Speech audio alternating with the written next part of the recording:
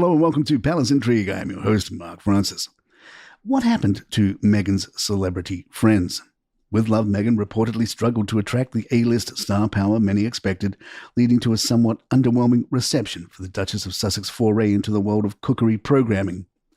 Despite her well-documented connections to high-profile figures such as Oprah Winfrey and Serena Williams, neither appeared on the show. Instead, the series, filmed at a farmhouse near the Sussexes Montecito residence, features a lineup consisting largely of close friends and lesser-known personalities, including her longtime makeup artist Daniel Martin and former Suits co-star Abigail Spencer.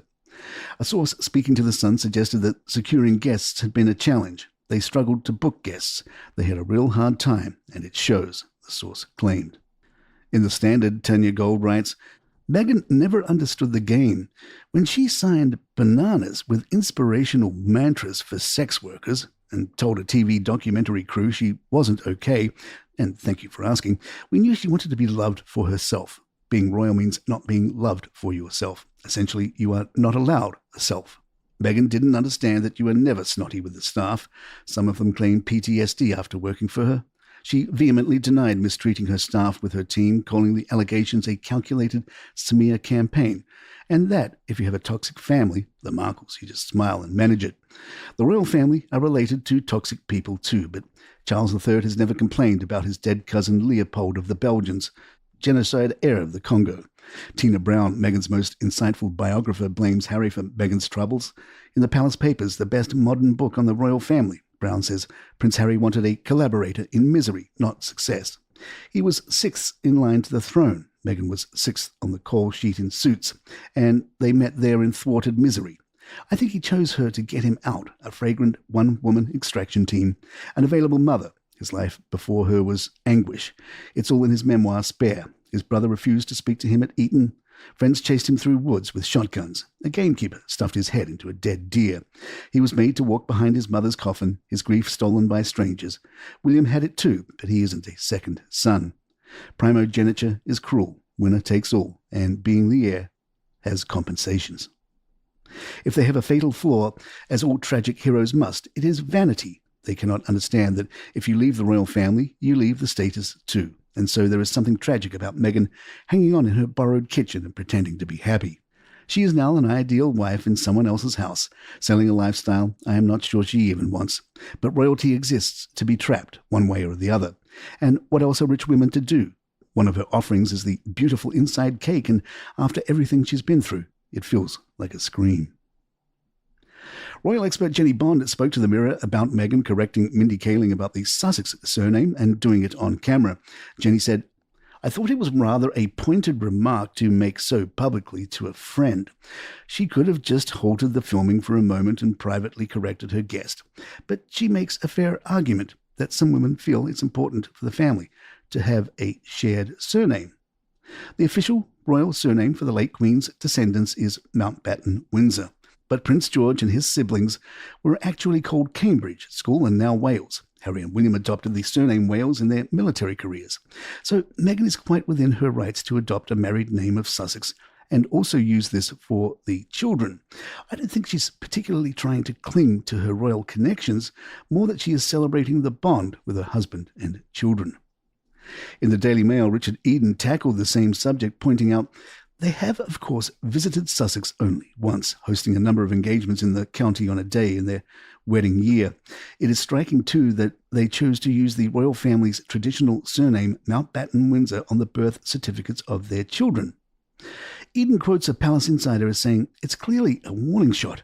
One theory is that the Sussexes want Charles and William to know they will use their titles whenever they please. Eden also reminds us that Meghan has brought up the issues of titles before, specifically when it comes to the children. Meghan's remarks in her 2021 interview with Oprah Winfrey suggested that Archie had been denied his birthright as a prince and implied that his decision deviated from royal protocol. She also expressed her shock upon learning that Archie would not receive police protection, hinting that the choice may have been influenced by his mixed heritage. However, the reality of the situation was more nuanced. Under the 1917 letters patent issued by King George V, the title of prince or princess is automatically granted only to the children and grandchildren of a reigning monarch. At the time of Archie's birth in 2019, Queen Elizabeth II was still on the throne, making Archie a great-grandchild of the sovereign and therefore ineligible for the title under existing rules. It is worth noting that Queen could have issued a new letters patent, as she did for the Cambridge children in 2012, ensuring that all of Prince William's children would be styled as princes and princesses. No such amendment was made for Archie or his younger sister Lilibet. However, following the accession of King Charles III in 2022, Archie and Lilibet, as grandchildren of the sovereign, automatically became eligible for their respective titles of Prince Archie and Princess Lilibet. The Duke and Duchess of Sussex confirmed in early 2023 that their children would indeed use these titles. The matter of royal security is a separate issue. Titles do not automatically confer police protection, which is granted based on security assessments rather than rank within the royal family. Decisions on security funding are made by the Royal and VIP Executive Committee, an independent body rather than the palace. David Sherborne, the esteemed barrister known for representing a host of high-profile clients, has spoken of his admiration for Harry's unwavering commitment to his legal battle against the press. Sherborne, who has acted on behalf of figures such as Amy Winehouse, Cheryl Cole, and Harry Styles, expressed a certain frustration that after weeks of meticulous preparation, he was ultimately unable to present his arguments in court due to a last-minute settlement. Speaking on the Newsagents podcast, Sherborne recalled the moment he realized the opportunity had slipped away.